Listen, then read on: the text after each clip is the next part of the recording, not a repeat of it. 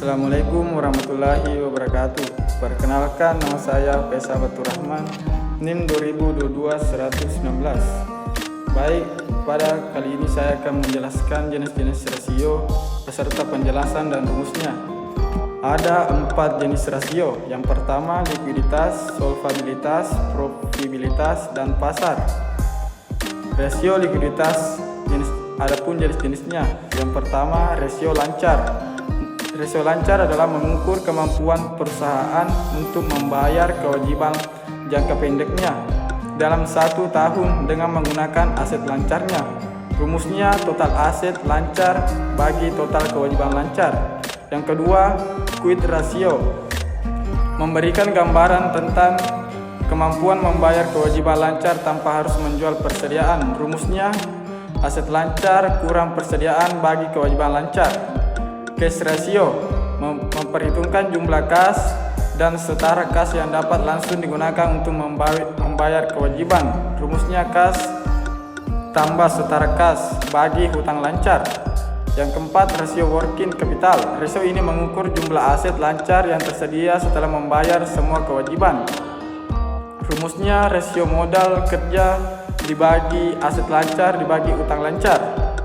Rasio yang kedua adalah rasio solvabilitas.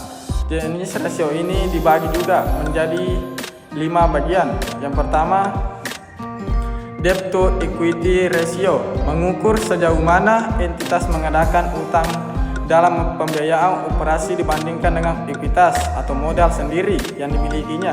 Rumusnya debit to equity ratio sama dengan total utang dibagi total ekuitas. Yang kedua, debt to asset ratio, memberikan gambaran tentang seberapa besar bagian dari aset yang dibiayai oleh utang. Rumusnya utang bagi aset.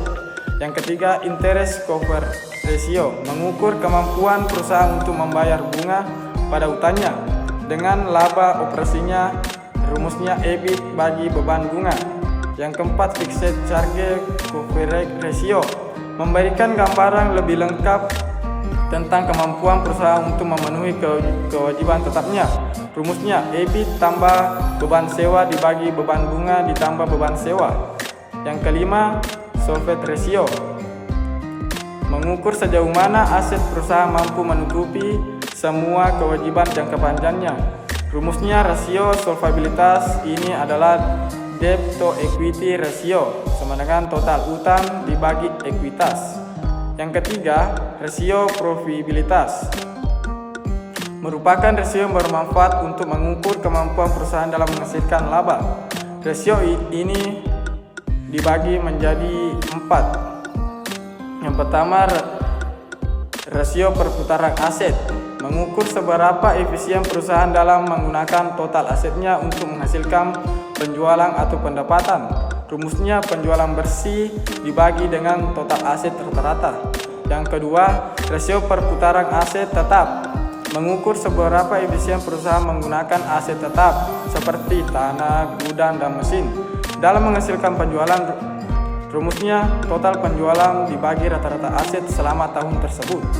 Yang ketiga, rasio perputaran persediaan, mengukur seberapa sering perusahaan memutar atau menjual persediaan dalam suatu periode.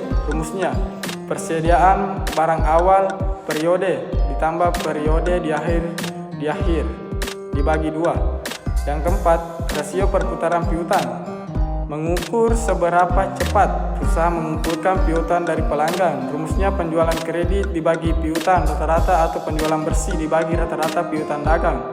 Yang kelima, rasio perputaran aktiva tetap, mengukur seberapa efisien perusahaan dalam menggunakan total aset termasuk aset tetap dan aset lancar untuk menghasilkan penjualan. Rumusnya rasio perputaran aset tetap sama dengan pendapatan dibagi rata-rata aset tetap. Rasio kinerja operasi. Jenis-jenis rasio kinerja operasi. Yang pertama, rasio margin laba kotor, mengukur persentase laba bruto perusahaan sebagai bagian dari pendapatan total. Rumusnya pendapatan bersih kurang harga pokok penjualan dibagi pendapatan bersih. Rasio kedua, rasio margin laba operasional. Rasio ini mencerminkan efisiensi operasional perusahaan tanpa mempertimbangkan beban keluarga dan pajak. Rumusnya margin laba operasi sama dengan laba operasi dibagi pendapatan. Rasio margin laba bersih. Rasio ini mencerminkan efisiensi keseluruhan perusahaan setelah mempertimbangkan semua beban termasuk beban keuangan dan pajak. Rumusnya laba bersih setelah perhitungan dengan pajak dibagi penjualan bersih. Yang ketiga, rasio pengembalian investasi. Jenis-jenis rasio pengembalian investasi yang pertama, return on investment, mengukur pengembalian investasi dalam bentuk persentase terhadap jumlah investasi awal. Rumusnya total penjualan dikurang investasi dibagi investasi kali 100%. Yang kedua, return on equity, mengukur pengembalian yang diperoleh pemegang saham atau pemilik perusahaan terhadap ekuitas atau modal mereka. Rumusnya laba bersih setelah pajak dibagi ekuitas para pemegang saham. Yang ketiga, return on asset, mengukur pengembalian investasi terhadap total aset perusahaan. Rumusnya laba bersih dibagi aset total. Yang keempat, return on capital employed, mengukur pengembalian investasi terhadap modal yang ditanamkan dalam perusahaan termasuk utang dan ekuitas. Rumusnya laba sebelum bunga dan pajak dibagi modal yang digunakan. Yang kelima, return on investment capital, ukuran pengembalian investasi yang mengukur pengembalian yang diperoleh dari modal yang ditanamkan dalam operasi bisnis tanpa memperhitungkan pengaruh struktur modal perusahaan. Rumusnya laba operasi bersih setelah pajak atau net operating profit after dan dibagi dengan modal yang diinvestasikan. Yang keenam,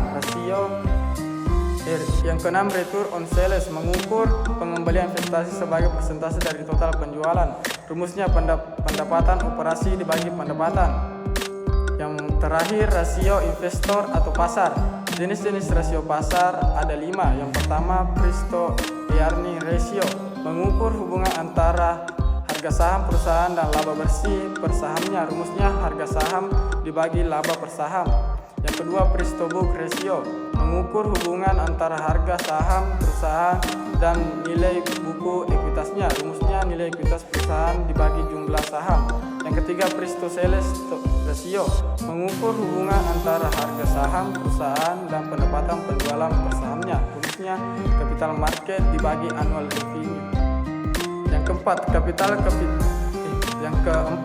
market capitalization, nilai pasar total perusahaan dihitung dengan mengalihkan jumlah saham beredar dengan harga saham saat ini. Rumusnya harga pasar dikalikan dengan jumlah saham beredar.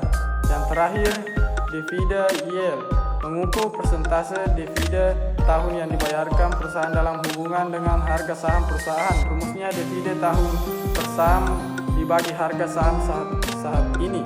Baik, itulah tadi persentase dari saya.